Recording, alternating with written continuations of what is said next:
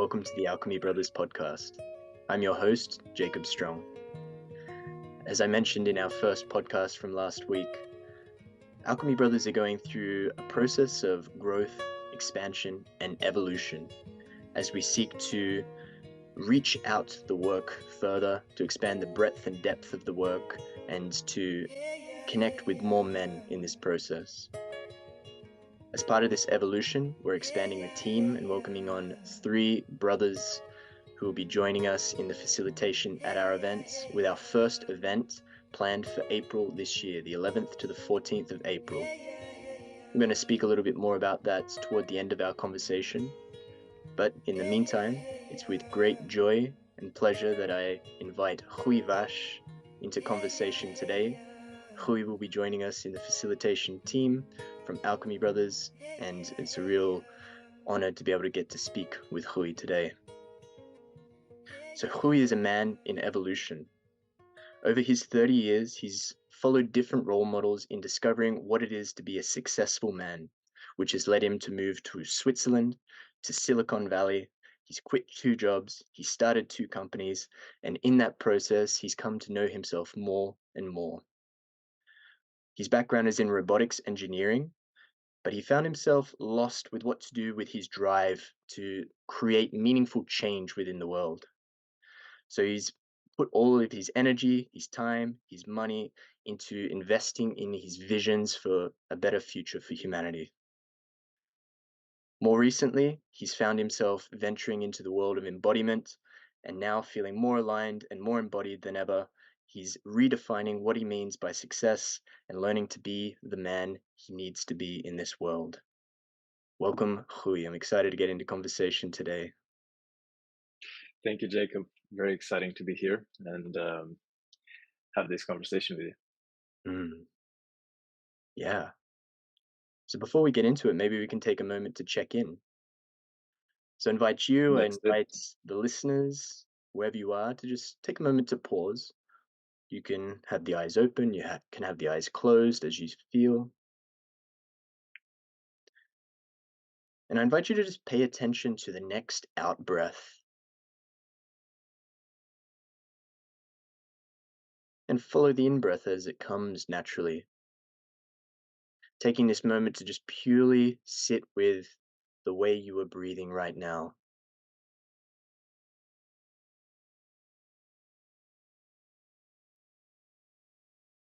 And as you connect in with the breath, you might also notice how you connect in with the earth. Where do you contact the ground? Is it the soles of your feet? Is it the seat? Your legs? Connecting to both earth and breath. And inviting you to just check in with yourself and notice how you are right now in this moment.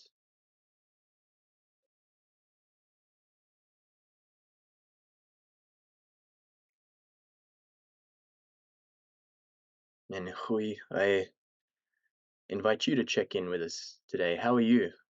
What's going on? What's most alive right now? I'm feeling my heart is slightly above its baseline. I guess speaking in this podcast makes me slightly more awakened in a way, a little bit nervous perhaps. Feeling grounded, feeling aligned, excited to have this conversation and share a bit about my journey. I feel like also coming on the back of 2.5 months of traveling and self-exploration, a month in Guatemala and a bit over a month in Brazil. And just coming back to Portugal now and integrating all of these lessons, and it feels like a perfect moment to have this conversation, having also so many insights and so many lessons to share. Yeah, let's see if we can pull some of those through in this conversation. Yeah, I'm also checking in with excitement, but also I'm feeling the nerves. Maybe there's a bit of co-regulation happening here. Um, I often say that's when we're at that right balance of kind of that nervous energy, that anxious energy, but then also in balance with that excitement, that curiosity. It's a pretty good place to be. It means that we're on the edge of something meaningful. We're on the edge of diving into the unknown, outside what is comfortable.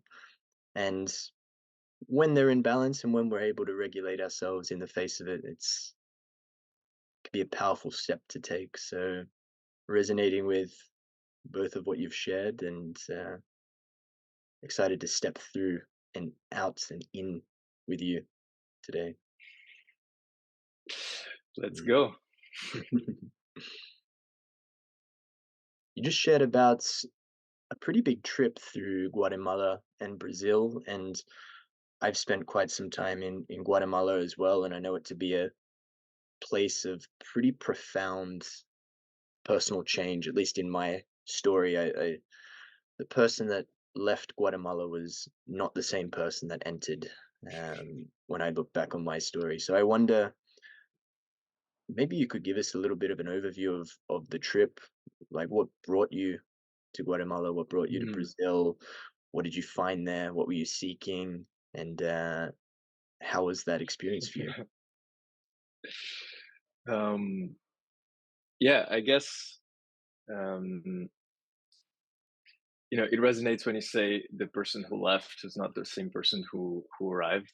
Um, there was something calling me to Guatemala and to Lake Atitlan. I think initially I saw a story of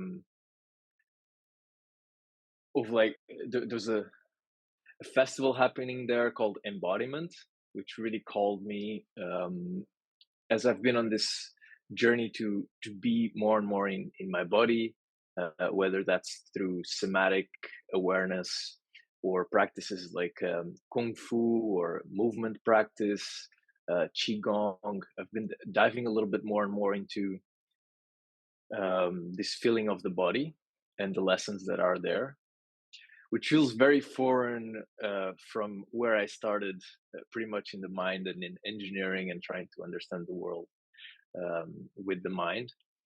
Um, but yeah, more and more seeking this embodied action, and so this festival for end of year called Embodiment felt like the way I wanted to wrap up 2023. And it was a particularly challenging year for me last year. I think I think of it as the hardest year I had to date. I closed my second company, which was a challenging process. Um, you know, I ended a relationship, which was also quite quite challenging. Every relationship, every breakup is tough on the heart, and I had, yes, many challenges that year, and I needed some space. I needed kind of take a step back, Mm, go into nature, and kind of look at the greater scheme of things, so that I could see my current situations, in the light of the of nature and the great um, scheme of things, as small issues that that didn't quite matter. And and yeah, I needed that change, and so I allowed myself to just book a one-way ticket to Guatemala. I didn't know, like, I don't know when I'm gonna come back. I didn't know when, if I would come back or just transition into a different state of life.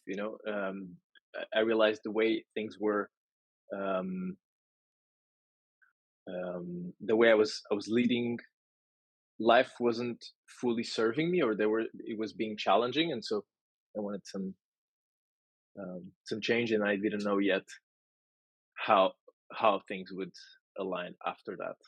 Mm. And so that's what brought me there.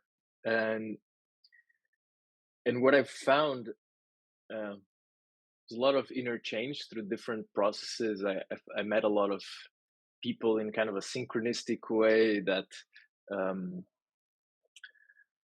that um, taught me different things. I did for the first time things like family constellations.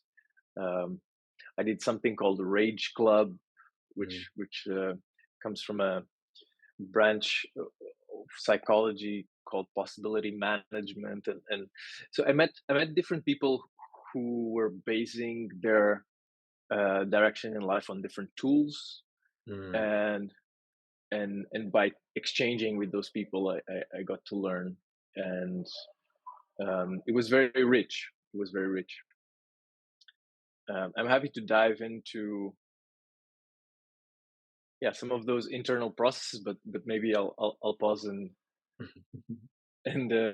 see how that answer Yeah. feels at the moment. Yeah, there's something about traveling I find in my experience as well.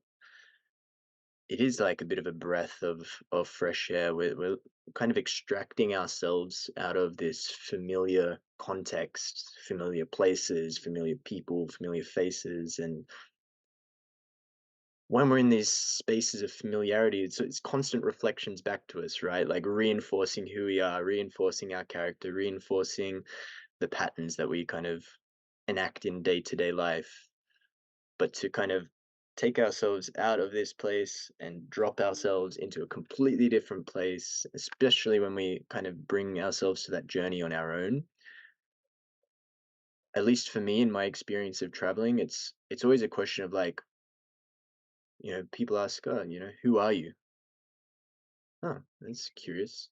Who am I? Who am I in this place? Who am I really? And is the person that left uh, home, is the person that arrived here, or is there, who am I actually? And that kind of question of introspection guided a lot of my traveling, and I was able to be playful with those elements of who I was. And for me, in turn, that led to discovering who I really was, and at the very least, who I was not. I knew who I Yeah, didn't want to be before I discovered who I actually was. But um, yeah, traveling really invites us into that space, and it sounds like your travels in particular were very uh, inquisitive. There seemed to be a focus around exploring yourself and exploring yourself as a man and exploring through these modalities.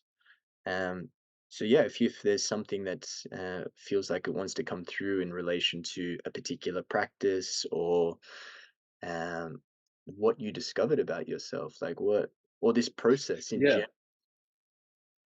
yeah. There's a couple things I feel like would be very rich to share. One, just an hour ago before this conversation, I was and as we were discussing to bring up, this idea of role models came as relevant because one of the things I realized is that growing up, I I was always kind of seeking outside of who I wanted to be. So Mm. if I saw um, if I saw someone that was kind of an example, or had something that I admired, Mm. I would copy those traits, and this was my way of kind of ensuring that I was um, at a deep level good enough and lovable, which that I was deserving of love, which came from a, a need for attention from my parents that were very busy and not always could give me the attention that as a child I needed, Mm. which was something I also discovered in a bit of a somatics process where it just came back to me that a lot of these big quests of like I want to go to Silicon Valley and make a big company and be a millionaire and have it it at the end of the day was seeking attention, seeking love, and so that was one of the profound truths. Mhm. um and then there was a lot of a process around my father, and my father, who early in life I saw as a role model or a main, you know kind of person who I wanted to become like I saw, as a child you see your parents as kind of gods or giants, that have immense power.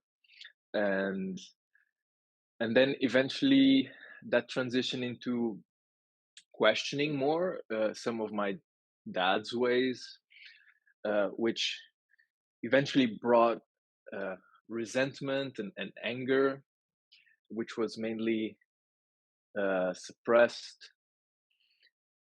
And and and yeah, in Guatemala I had this process around anger, around my kind of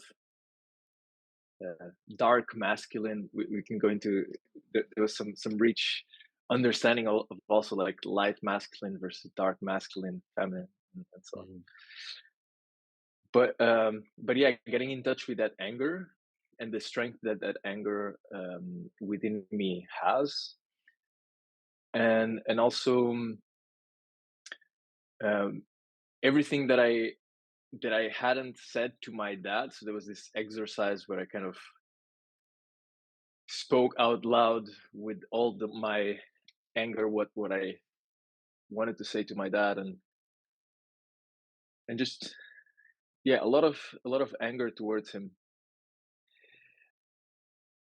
and that in a way felt almost like a process of dying, because there's like a um an identity uh, within me which was a safe relationship with my parents, relationship which was kind of more this nice guy that held all this anger or all this resentment in a very close container, and then kind of like opening that to see what was inside, and all the Mhm. energy that it had.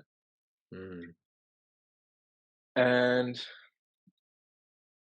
and this in the course of like 3 or 4 days, like there was a process where I realized I needed that I was seeking attention through a workshop on massage of the psoas, which is this muscle that holds a lot of tension.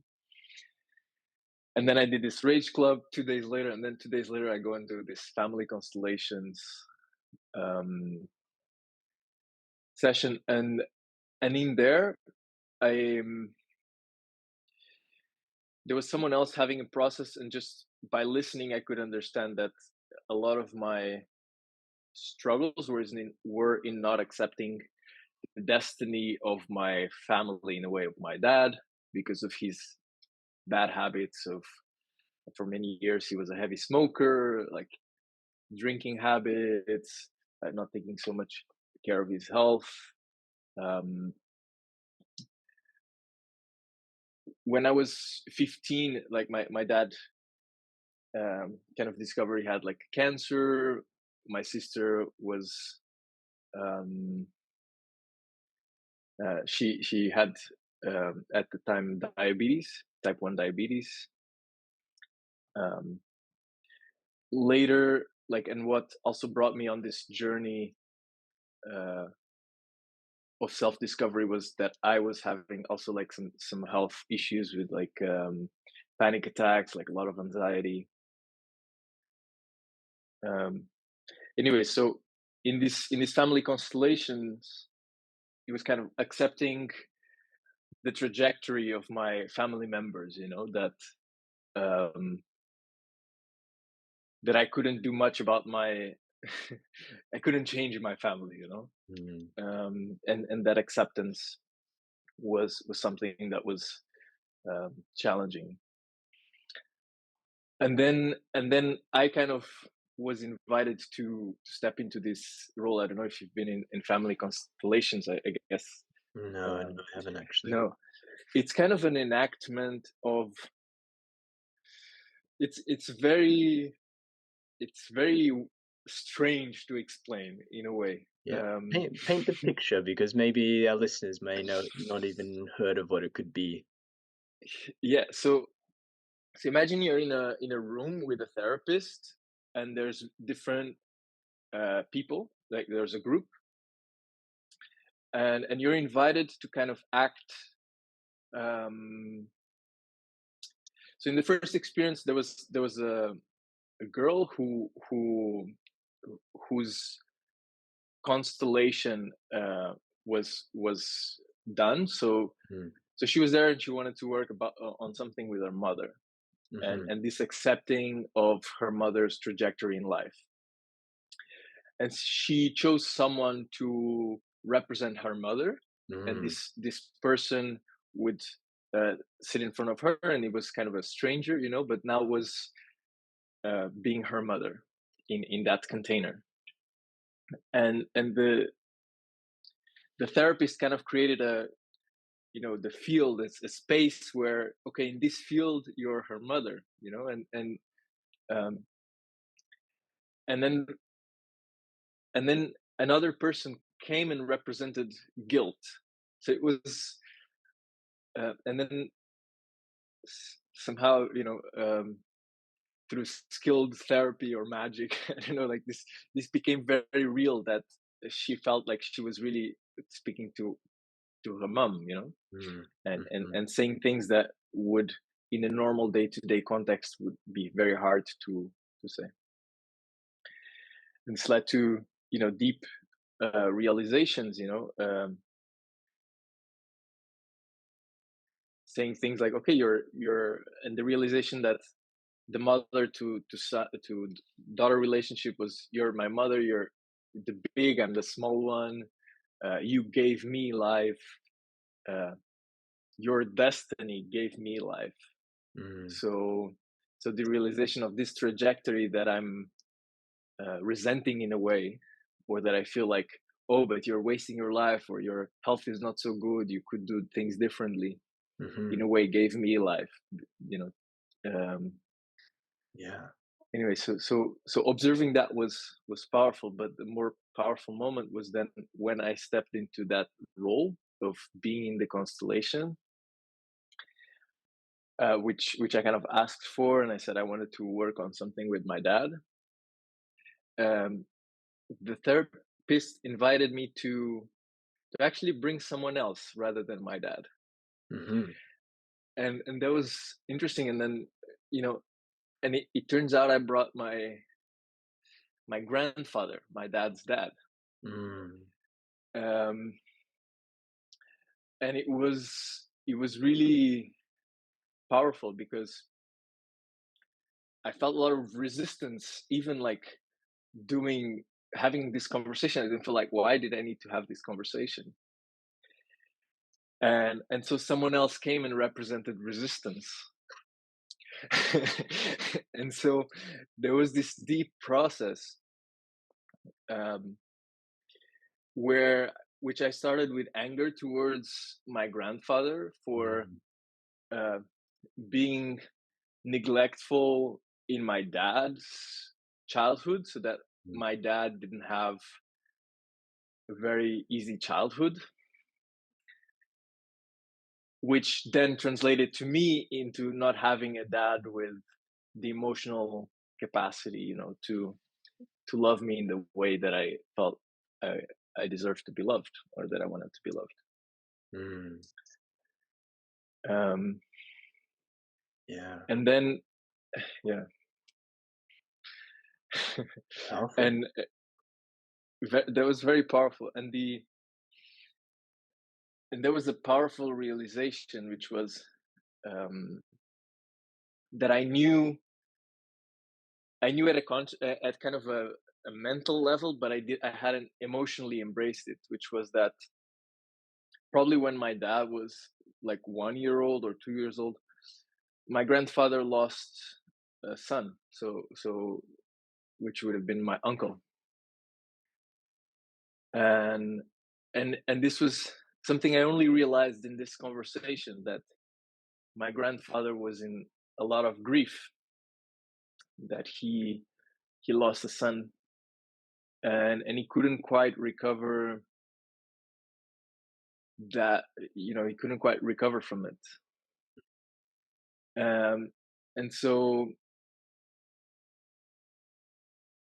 he, he couldn't hold space, he couldn't really hold all of this grief, and at the same time be there um for my dad in a way that, um that was as loving or as caring as, um ideally it would have been. And so, and kind of this realization just brought me to, to my knees, to tears, to screaming, to really like embracing this pain. And then in this conversation, it was the therapist asked this man who was representing my grandfather to tell me thank you for carrying what I couldn't carry, Mm. for carrying this, um, the grief, or the, and and then it was an opportunity for me to give back to my grandfather what was his. Mhm. And all of this sounds like very crazy because, you know like you don't it feels strange to step into into having a conversation with my dead grandfather, right? um As you were just but that sharing. was, Oh, sorry. yeah, Please. no, it was just so powerful, to go from deep anger at my dad for, not having the emotional tools, Mm. to then be angry at my grandfather for his role in that, to then being compassionate, um towards them,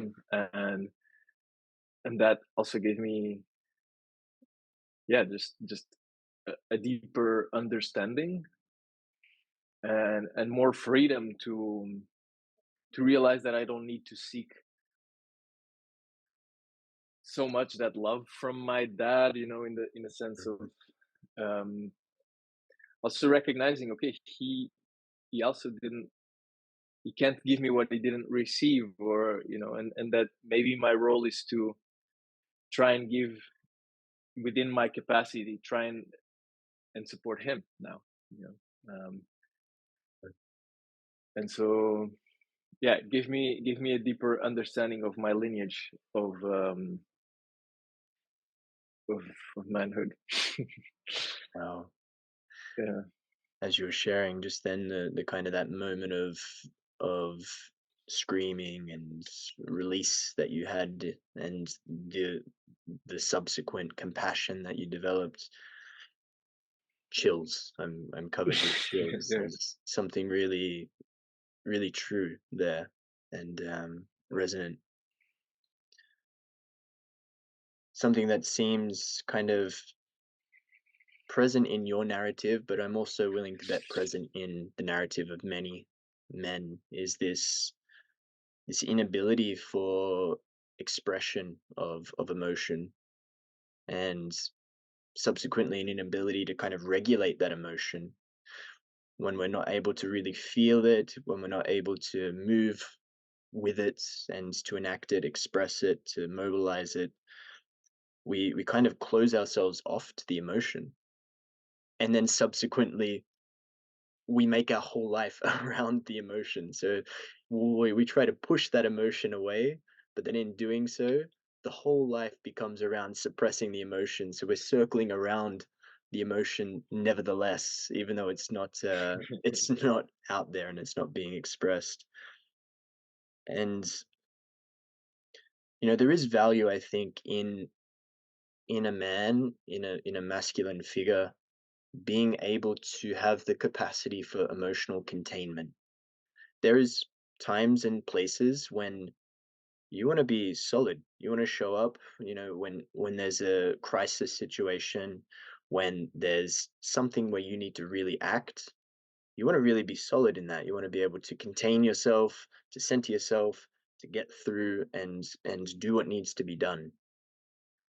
But then there's also a lot of value in the emotional expression, in the moments where there's not so much that need to be contained, in the softer moments, in the more gentle moments, when there's space to really feel what you experienced, to be able to communicate that clearly, to express the grief at having lost a son, to be able to really feel it rather than just burying it, to be able to express the anger at having one's needs not being met without having to bury it and hide it behind patterns of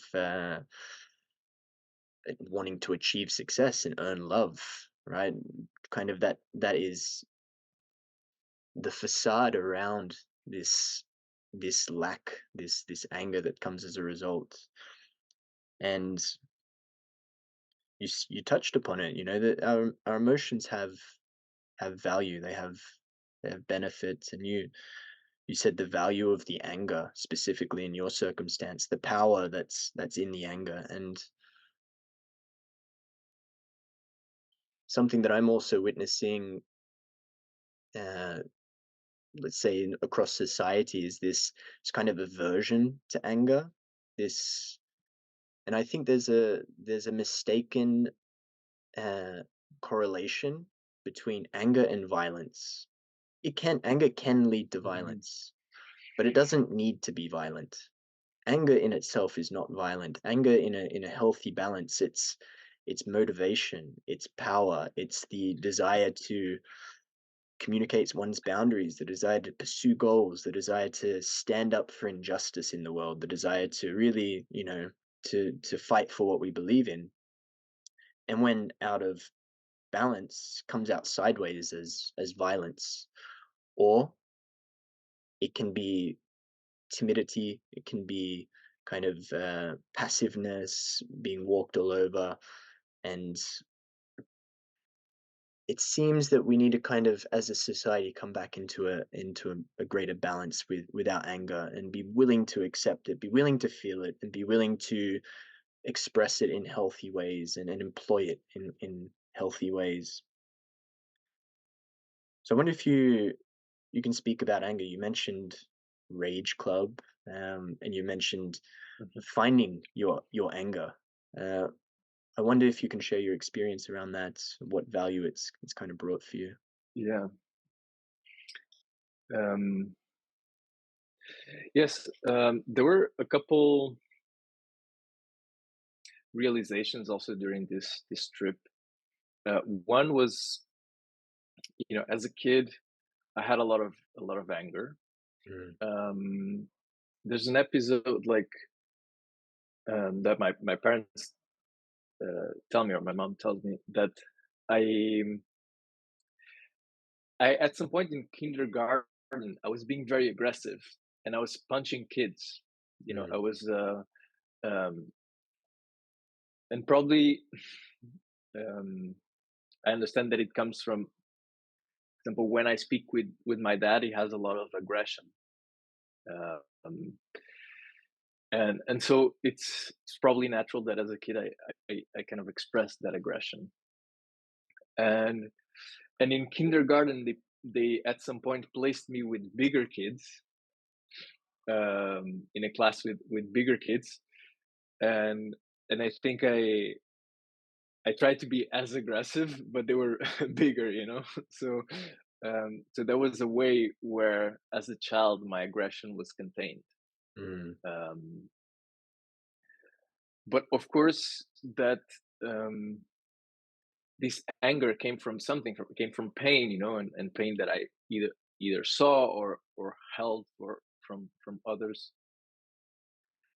um, but there was this this, in a way, this inner fire as well. This uh, there's some fearlessness, in this anger. Is like, you're bigger, but I don't care. I'm or this challenge is bigger, but this is a big mission. But having um, this capacity to pierce through whatever comes. I'll I'm gonna challenge it, and it comes a little bit with this warrior archetype. Um, and I realized that in some ways I was containing that. I was feeling that it was not so good to show it, and I was experiencing a lot this nice guy syndrome of wanting to be liked, and wanting to please a lot of people. And at times this was coming at a personal cost of not having boundaries, not saying no when I didn't have capacity to attend to something, um, or whenever my boundaries would be crossed. And I feel like last year,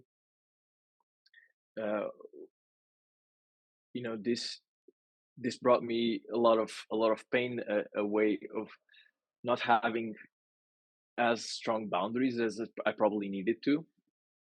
And this came up in my relationship, at the time when I was where I wasn't being communicating as in as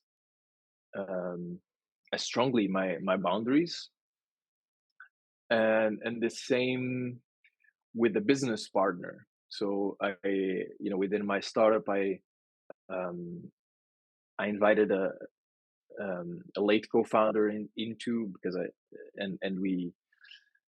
we got into all this process of fundraising and building a team and all of it. But and then at some point I felt I wasn't setting strong enough boundaries also with my co-founder, of like, we need to deliver this, and we need, and deadlines weren't being respected, and things weren't, and so I realized that part of the challenges I was facing was because I wasn't allowing my anger in a way to be, or not in a violent way, right? There's then it has to be employed with tools of non-violent communication, and all these other tools, right? It's not about punching the table and screaming, but it's about feeling that anger that brings kind of clarity, there's a certain clarity that comes when you feel this anger of like, this is not right, Yeah. and there's an inner knowing that this is not right, and I'm gonna stand for it. And I'm not gonna smile, to be polite and to be, no, this is not right. And so, yeah, this comes from anger. Yeah, anger knows what it doesn't want, huh? Anger knows what it wants, yeah. And what it doesn't, in particular. And what it doesn't want, yeah. Yeah, exactly. And so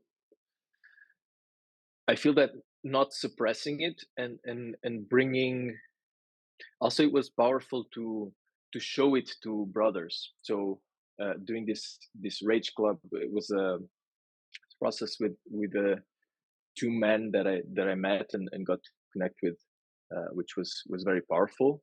And also at a workshop, I was invited to connect with this more dark masculine, and kind of scream this and just feel this anger. And when I connected with it, actually I felt it was powerful, because I felt kind of like my muscles, stronger, my breathing, I was sharp, I was, ready to fight. And in a way, these are not bad qualities, that you're ready for whatever comes your there's a shadow to it, but if it turns out into violence,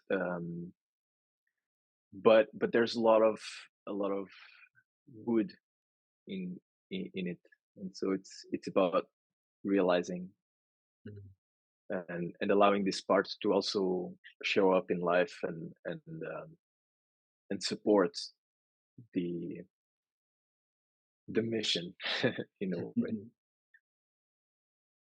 You mentioned a couple of contexts there that's boundaries are pretty damn important in relationships, in business partnerships.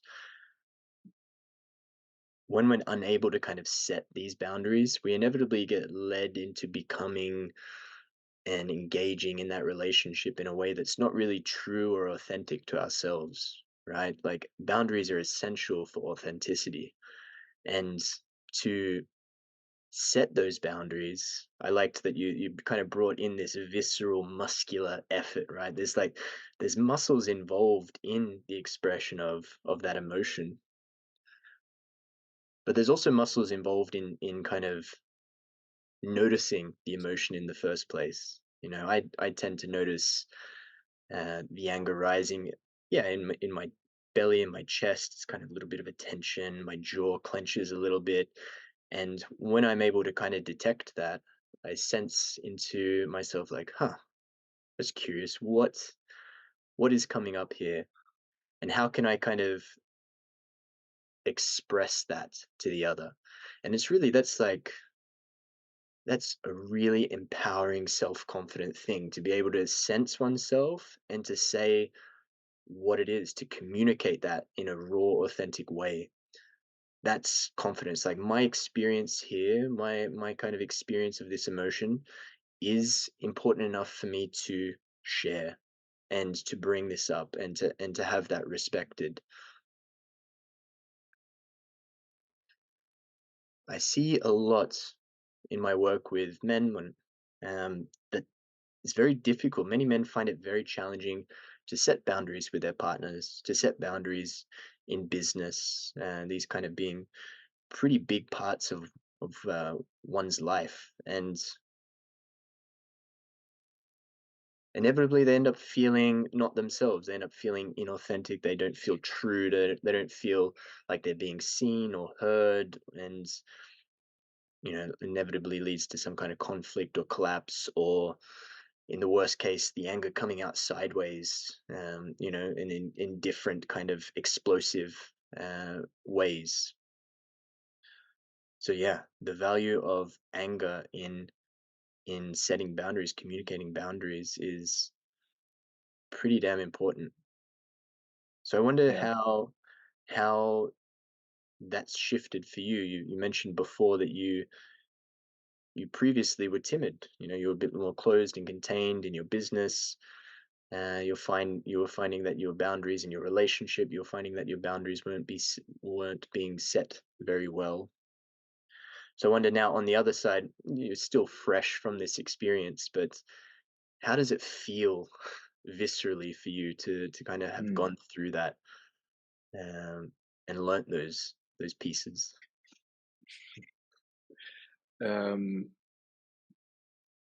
I feel like it's a daily practice. Mm, In a way, you know, um, you have there's years of acting in a certain way mhm, and patterns and wanting to be pleased and wanting to be loved and pleasing for that and so there's kind of automatic responses mhm, and one of the things I'm practicing is coming back and having this intention of of doing things differently and and somehow having to slow down some of the interactions so that I can be intentional about it. Um, the way it looks like is, um, for example, I noticed that in group dynamics, it's more challenging for me to kind of lead the way dynamics happens than in one-on-one, for example. And so maybe I can practice one-on-one to set boundaries, and to have um, containers. So looking at it as a container, how does our relation is a container? What are the unspoken expectations? How do how do I communicate? Oh, let's sit down and have a conversation. Do I set the time frame? Do I set the intention? Do I, you know, um, so that's a little bit on the relationship aspect. One thing that came to me as you were sharing or talking, um, is also the importance of setting boundaries early, Mm. because um, if you don't, then it's pretty hard to go back. One example is, in when you hire someone, or when you're, whether that's a bringing a business partner, or setting expectations early is very important, because later, um, you know people get accustomed to a certain way of things, Mhm. and if you don't set the structure early, the structure kind of sets itself. And then if you don't like how it's set, then it's hard and much more costly to change. Mhm. um, and one of the challenging things that I've faced was having to, when you have a startup and you start a mission, having to, for example, you hire someone, and it's great, and you say like, yeah, we have this mission, you align with the mission, let's do it. But then once the performance is not being what you expected, for example, and you need to tell this person, and you need to um, potentially let them go, Mm. those are very tough conversations. And one other tool that I came to was kind of levels of responsibility. Mhm. Do I what level of responsibility do I want to operate in? Do I want to say, oh, this person is a bad person because they're not delivering? I hired this developer, and I expected him to deliver me an app in in a couple months, and it's been double the time, and the app is not there. Do I blame him, or do I take a higher level of responsibility and say, did I really check in on him? Like, did I create the right structure for the delivery to happen? Did I Mm. hire well? Did I make sure that he knew, that he was well trained for the task? Mhm. um and looking back, one of the things I realized is that probably I was sloppy in the hiring.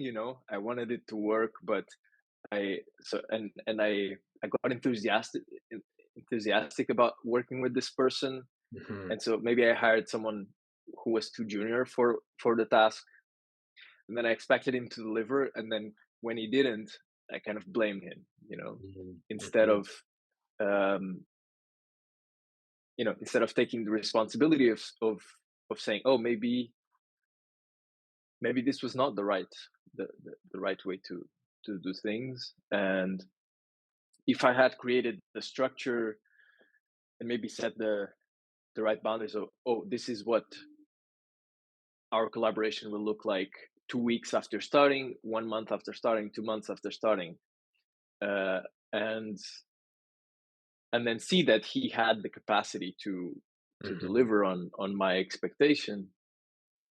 um, then it would the outcome would have been better. Yeah. And what I realized is that, yeah, probably early on I didn't set that structure well enough, and then it was Mm. very hard to, uh, in this case, like, let the person go, or um, to then communicate things aren't working, and to set those boundaries also later. It seems like an underlying thread from what you've been sharing is kind of the absence of embodiment or emotions in the realm of business, right? I mean, I think there's this kind of belief that business should be this kind of logical, rational, analytic thing where we do spreadsheets, we do testing, we do all of our decisions based on measures of quantitative measures, right? Yet our embodiment, our emotions, the visceral sense of our emotions, the kind of the tensions, the clenching, the sensations in the musculature of the face, all of these things, they tell us like what actually matters, and what matters, to what degree it matters, and in what way it matters. The anger tells us, when things are not going in the way that we truly would like. Our body is kind of uh, closing off against that thing. And if we separate the context of business from the context of emotions, then it can be a space where boundaries are kind of crossed, where we end up in a space where we're not actually authentically operating through business. And I wonder what a world would look like if we were to welcome in embodiment into business decisions, into political decisions, um, into the educational system, into all of these systems, but like being really truly connected with our body and our emotions and being authentic to ourselves. And then also in doing that, we're kind of also connected to the emotions of the other, right? And the expression that comes through from them, and things get into a deeper place, a more authentic place. We're able to set expectations much earlier, let's say, as you've kind of hinted that that's a really valuable thing to do in the context of business. Hmm. Mm. Yeah. Something that you've been kind of taking a higher level view. There seems to be this transition from you away from the robotics engineer, the tech guy, purely in the mind, purely rational, into someone who's starting to more connect in with that embodiment experience. And I resonate with this journey. I also have a background in engineering. I'm a civil engineer, and in the kind of the latter part of my life, venturing into more embodied realms of exploration. So I wonder how that journey has been from you, from this kind of like top down, lead from the head, body follows, versus now maybe a bit more of a communication between bottom up and top down. I wonder how Yeah. that has unfolded for you. Yeah. As you were sharing, it came to me this notion that we've been, as a society, pretty disconnected. Um, we're really trained, like even from school, our body's telling us just just stand up and go run and go do things, and you're like, Mm. no, Yeah. sit back Now sit down and sit. still, don't move, don't fidget, do it Yeah. to our exam. And um and what I've seen, I think, closely, in family, and um was people who were very successful, in the sense of like, oh, they've built careers that were very successful, or that they've made it good amounts of money, they had a nice car and all these kind of things, and and then they started getting sick, and their Mm. bodies were not um were not so happy about the decisions, and so, like, having habits of not listening to the body, Mm. and doing things anyways, and sometimes it's,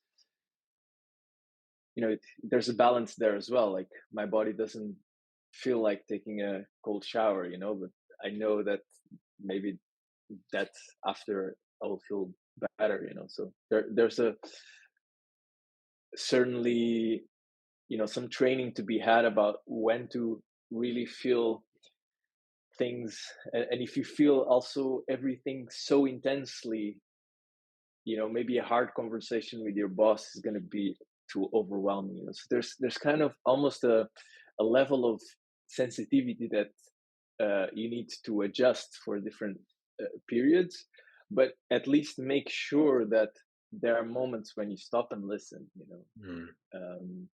And for me, I never did this until I started having panic attacks. And I had this moment after living in Silicon Valley and coming back to Portugal, where I was having dinner with my parents, and it just didn't feel right, and so I stood up and left the table, and went home, and I arrived home and I fell on the floor, hyperventilating, and having like a panic attack. And this was really like my body it was kind of my body forcing breath work on me, because it was like this, and of course it wasn't a pleasant experience. It was scary, like what's happening, and so I kind of had to, my body kind of forced me to listen. And so then I developed the capacity to listen and not need to go that extreme, and yeah, I feel like it's almost developing also this intuition of where you want to be in business. There's the idea that we make rational decisions in business, but it's almost we rationalize over emotional decisions.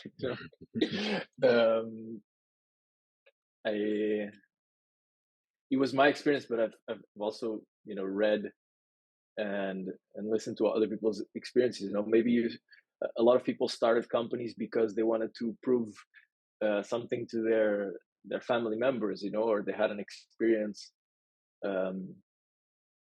In my case, I realized, the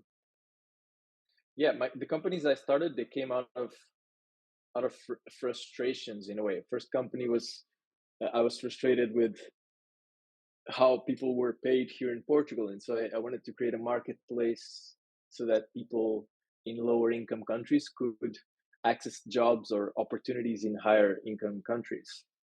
Kind of a remote work thing. So it was coming from a desire to do good here, and then the second company was about spreading knowledge, to empower people.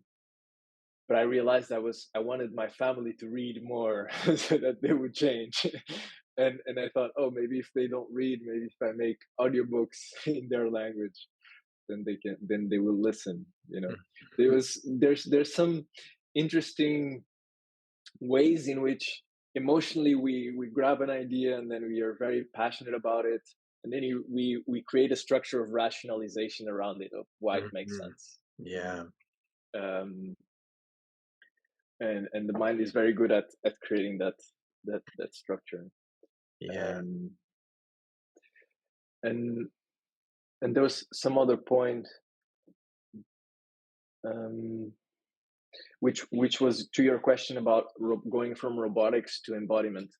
And there's a funny story which is actually in one of my first movement or embodiment practices. I think it was in the first one-day event that I attended with the Alchemy Brothers. There was an exercise about decomposing movement. So it was like, instead of going and we're naturally going and grabbing something, right? But we don't think about, oh, what happened to my shoulder, what happened to my elbow, what happened to there's a complex movement happening. But if we can decompose it into like, oh, there's a movement on the, I don't know if, but there's like movement on different at the different joints, and we were decomposing it, and it was very interesting because in my robotics engineering background, I was actually composing movements. I was wanting a robot to grab something here and take it there. And so I was creating the equations for the different motors and doing the direct kinematics and inverse. So if you want to tell a robot to grab something here and put it there, you have an inverse kinematics and inverse dynamics. And you have a set of equations and all of that.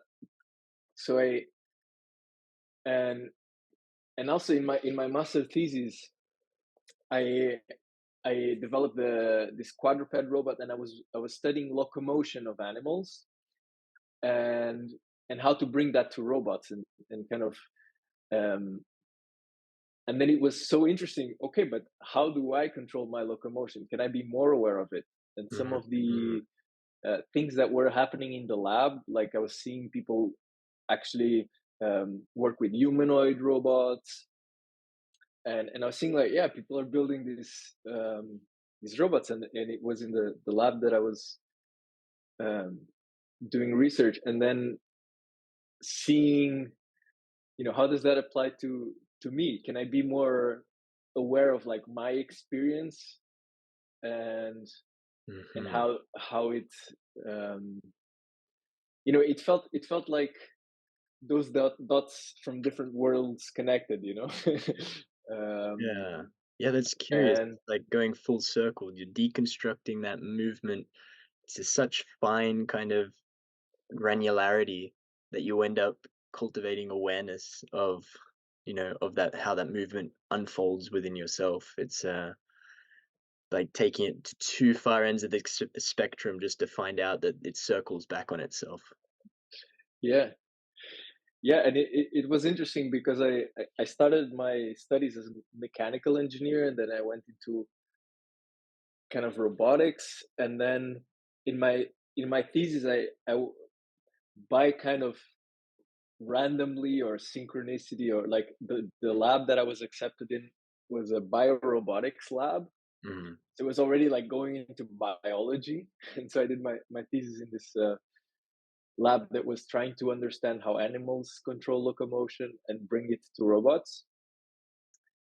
And then I kind of, as I understood more of the locomotion aspect, then for me the more interesting aspect was what was happening also in my mind as I was moving. As I was feeling the body, I was actually less thinking about problems. I was more present. And so that was another for me the value. And after that, I kept doing more and more embodiment practices because it just made me feel so good.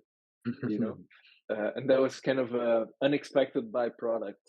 So So there you have it. The Alchemy Brothers events are a gateway drug into embodiment work. Yeah, for me they've been, yes. Yeah, and then I remember after that one day events, you were straight in on our next retreat that we offered. The same retreat actually that you are now going to be intern facilitating in this April. I wonder if you can share a little bit about your experience arriving into that retreat, and in the interest of maybe somebody who has no idea what happens inside these places. Like, what was it that called you into the retreat? What was your intention? What did you discover there? Pull any of those threads that you would like. Yeah. I was lucky enough to meet a brother who brought me to the men's to the first day event.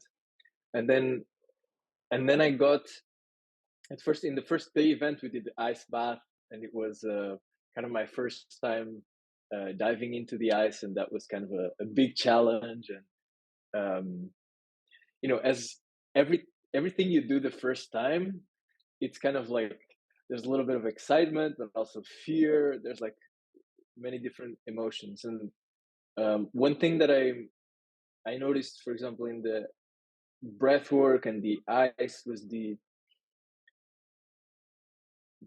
there was challenge. but there was also a support network, and I felt that I could face challenge, and I could. And there was also with the ice almost a sense of quiet, um, so all throughout this experience, kind of a quieting of the mind, and coming to something deeper, some deeper truths.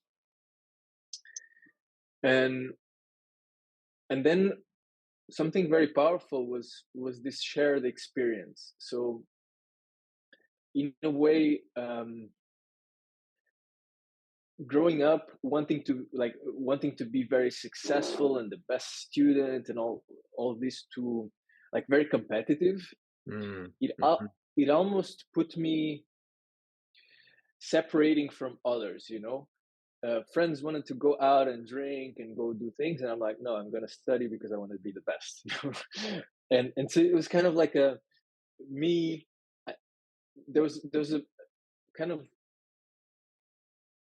a separatist inside of me, like of I'm better than others. I want to be better. I want to be excellent. And that was ultimately it brought loneliness in some ways, and it brought just unnecessary. It was coming from pain. It was interesting because I wanted in a way connection.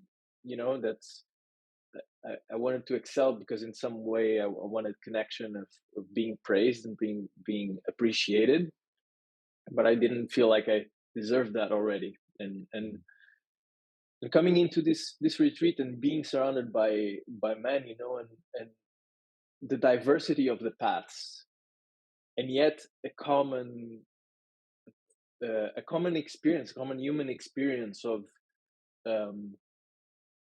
every man goes through their struggles, and ultimately the similarities of deep down what we are seeking. There's some common threads of being, wanting to build a family, wanting to take care of family,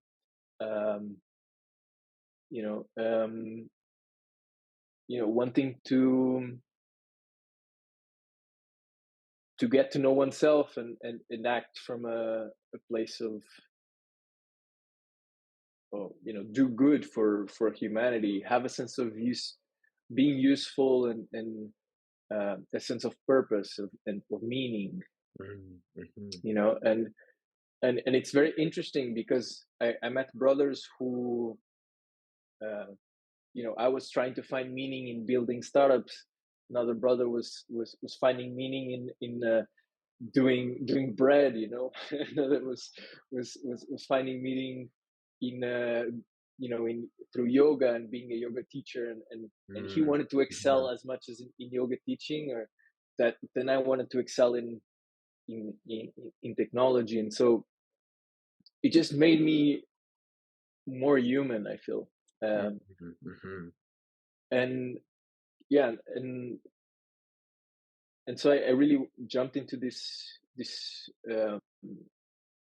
initiation retreat, and then there were other experiences like the Temescal, which was something I had heard of as well, as like, oh, this is a challenging, it's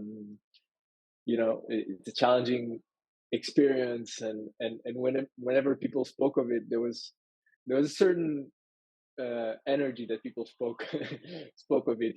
They spoke of something like, oh, it's like the ice, it's a challenge, it's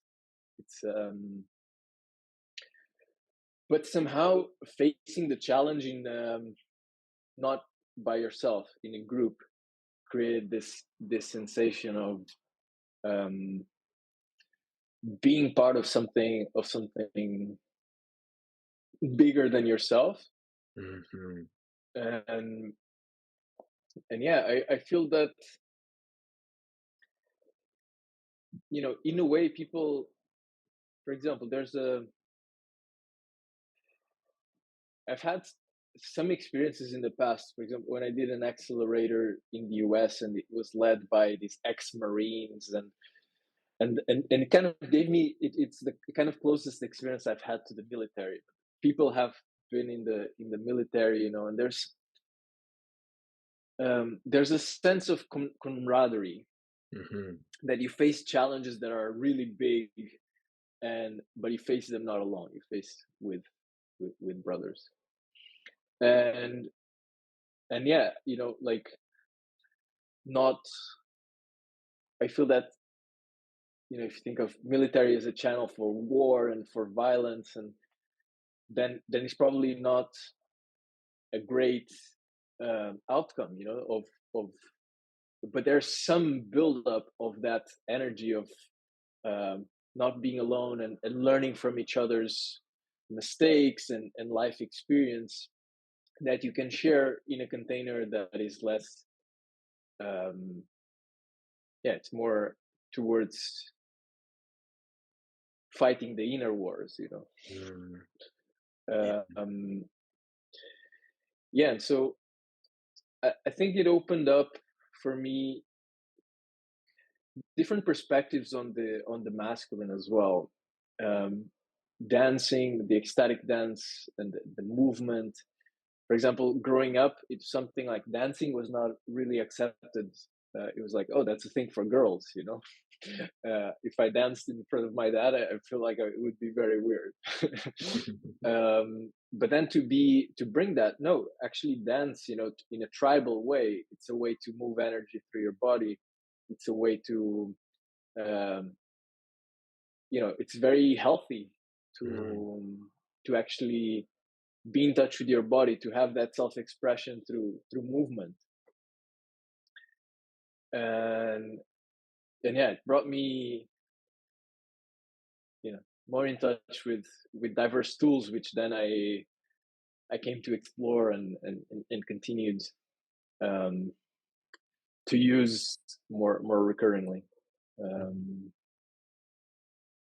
Yeah, the context that we create, or with the intention that we create for the container to be safe and supportive, so that we can kind of confront these acute stresses. And I've got a little note here from what you shared before about, you know, the dynamics involved in these kind of short-term experiences of like the cold shower or the ice bath or the temescal, and what kind of separates that from these more chronic stresses. It's the context. It's like there is this challenge that I'm presented with, and I'm going to, in this safe context, in the bigger picture of things, I'm confronting it, I'm stepping through it, I'm stepping through my comfort zone, I'm being held and supported by, you know, by a group, versus perhaps the kind of the chronic stresses of daily life, business,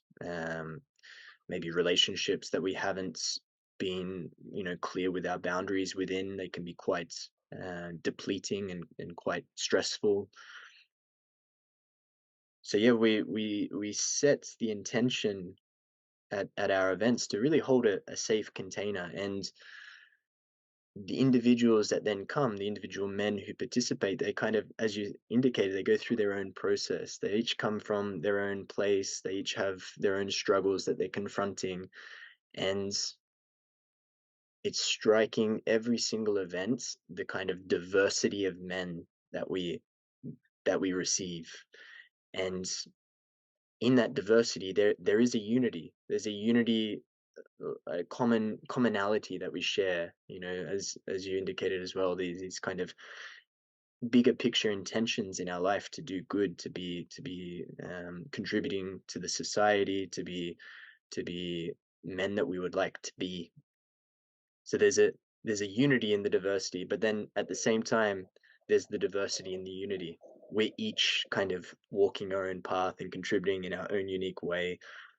And yet, you know, here we are, and we're here together, and we're kind of united for this period of time of the retreat. And one of the things that I feel blessed about this community in Portugal of the Alchemy Brothers is that there seems like there's been a continuity as well. We see familiar faces in our events, outside of our events. It's a real tribe that seems to be kind of solidifying here, and yeah, it's really exciting to be a part of and to contribute to. And speaking of contribution, you're now stepping up into the facilitation role. I wonder, what are you most looking forward to in this new unfolding journey? And maybe this is kind of what we leave the conversation with, uh, Yeah, for our listeners. It's interesting. I was very, pleased with your early invitation to be part of the team. I feel like stepping into this role is an opportunity to be of service, to um, to kind of nurture the community, and also share more of my journey and how um,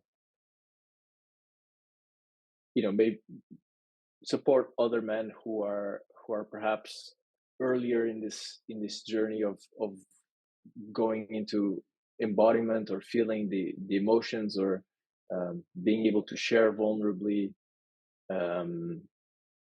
I realized that over the last 3 years, it's been like this huge transformation for me, and I've just collected so many different tools from um, from my natural curiosity and testing, all the diversity from, like, nutrition and supplements, and this aura ring and metrics, and to then diving into somatics and deep processes, and healing with psychedelics and different therapies, um and yeah, I feel like over this period I've collected an understanding of the landscape of what exists around the healing modalities, um the mindset tools, and I feel at the same time humbled by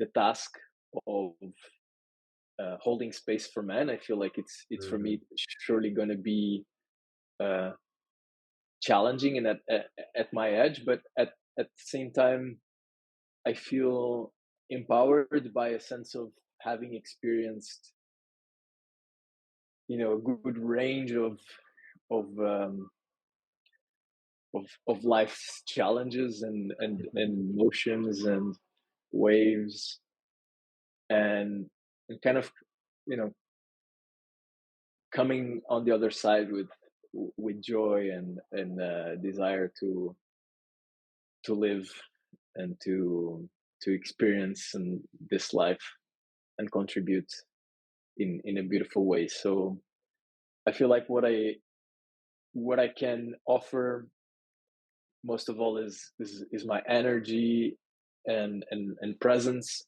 Mm. and sharing of my own path with vulnerability, um and yeah, I feel that also being surrounded by the team, you know having you, Dom, and V next to me, brothers who I met through the retreats, and then kept as community and as good brothers, just feels very aligned, and I know that um, the gaps that eventually I will encounter in my understanding, there will be a brother on my side um, who's there to keep me accountable, to keep me also aligned. And so I would definitely not step into this uh, by myself, uh, but having this team just um, feels really really strong, and I one of the constants in my life is a commitment to growth.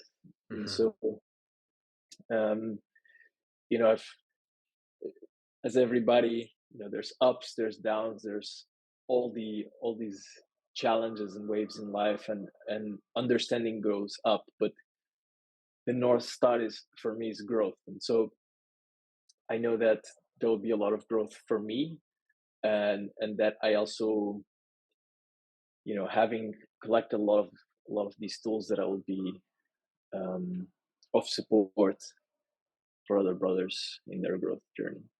Mm. Yeah.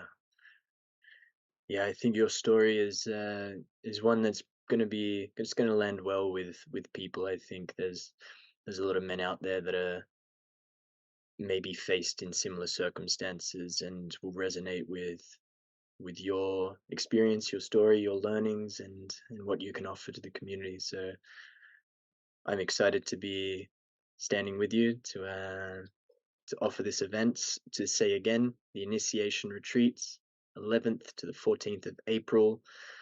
It's kicking off a series of events that are going to unfold across 2024 and beyond. But if you're feeling called, now is the time to dive in. The Alchemy Brothers are growing, we're expanding, so it's never been a better time to plunge, to come join us in the ice, to come join us in the Temescal, to become embodied, and to do so in the support of brothers. And we call you in. There we go. Rui, it's been a pleasure to chat with you. I feel like there's so many different threads we could have pulled, but Yeah, we'll save those conversations for another time. absolutely. Thank you so much for the invitation to be part of this joint growth, and also this conversation. It's been really powerful for me. And thank you all for your time, your attention, for listening in. We know that your attention is a valuable resource, and we hope that you find value in these talks. So with that, we're out. Ciao. Thank you.